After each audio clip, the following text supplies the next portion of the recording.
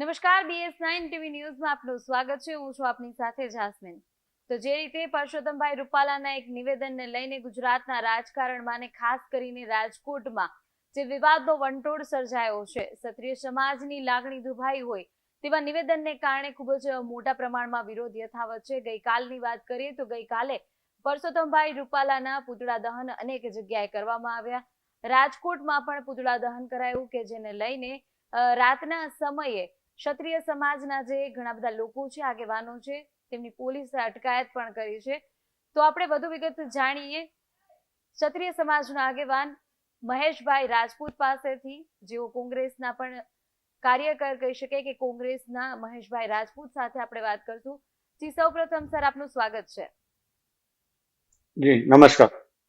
જી મહેશભાઈ, જે રીતે ગઈકાલે પરસોત્તમભાઈ રૂપાલાના જે વિરોધમાં ક્ષત્રિય સમાજ દ્વારા પૂતળા દહન કરવામાં આવ્યું, તો પોલીસ દ્વારા ક્ષત્રિય સમાજના આગેવાનો છે તેમના લોકોની અટકાયત કરવામાં આવી છે, શું કહેશો?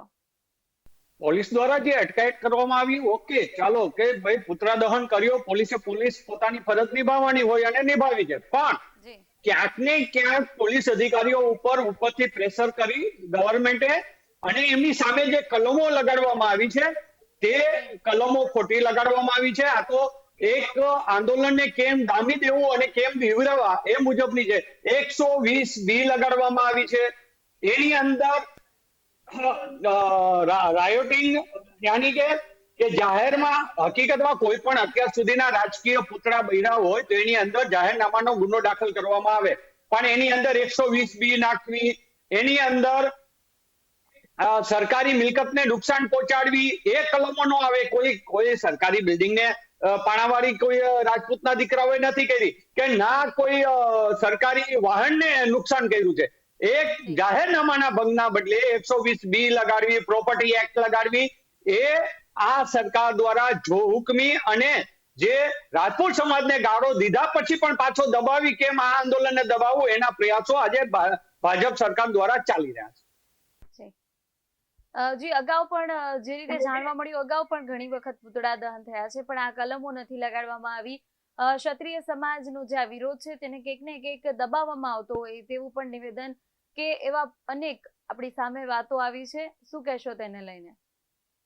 બેન, આજે જ મેં લગભગ મેજોરિટી બધા મીડિયા પાસે મારો એક બાઇટ ગઈ છે અને મેં બહુ સ્પષ્ટ કીધું છે કે તારીખ 9/2/2024 શુક્રવારના રોજ ભાજપ દ્વારા રાહુલ ગાંધીના પુતળાનો દહનનો કાર્યક્રમ કિશનપરા ચોકમાં કરવામાં આવ્યો હતો.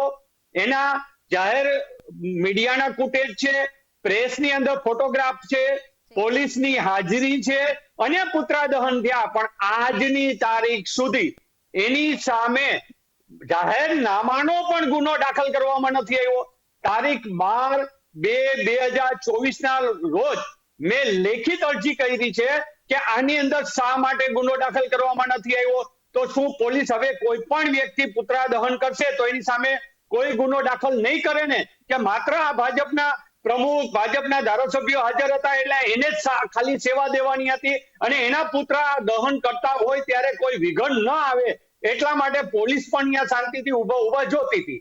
તો આ બે ધારી તલવાર કાયદામાં ક્યાંથી આવી?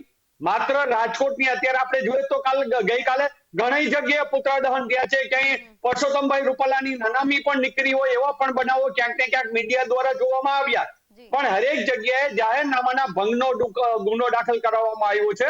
પણ રાજકોટમાં રાયોટિંગ 120B શા માટે? માત્ર રાજકોટમાં જ નવો કાયદો, બાકી કોઈ આ ગુજરાતની અંદર, ભારત દેશની અંદર કાયદાઓ નથી. તો અહીંયા જાહેરનામાના ગુના દાખલ થાય અને અહીંયા 120B અને રાયોટિંગના ગુના દાખલ કરવામાં આવે અને અહીંયા ભાજપના પ્રમુખ શ્રી પુતળા દહન કરે તો એને સ્પેશિયલ બંદોબસ્ત ફાળવવા મુજબ અહીંયા પુતળા દહન કરી શકે. એની સામે આજની તારીખમાં ગુનો સુકાન દાખલ નહીં. બહુ મારે બે હાથ જોડીને મેં આજે કમિશનરશ્રીને પણ વિનંતી કરી છે કે સાહેબ, બે ગુનાઓ ન ચાલે. એક જ સરખા બે ગુના દાખલ થાય, એકની અંદર જુદી કલમ અને એકમાં ગુનો દાખલ ના થાય તો એ કેમ ચાલી શકે? જી મહેશભાઈ, આપ સર્વેની માંગ શું છે? હવે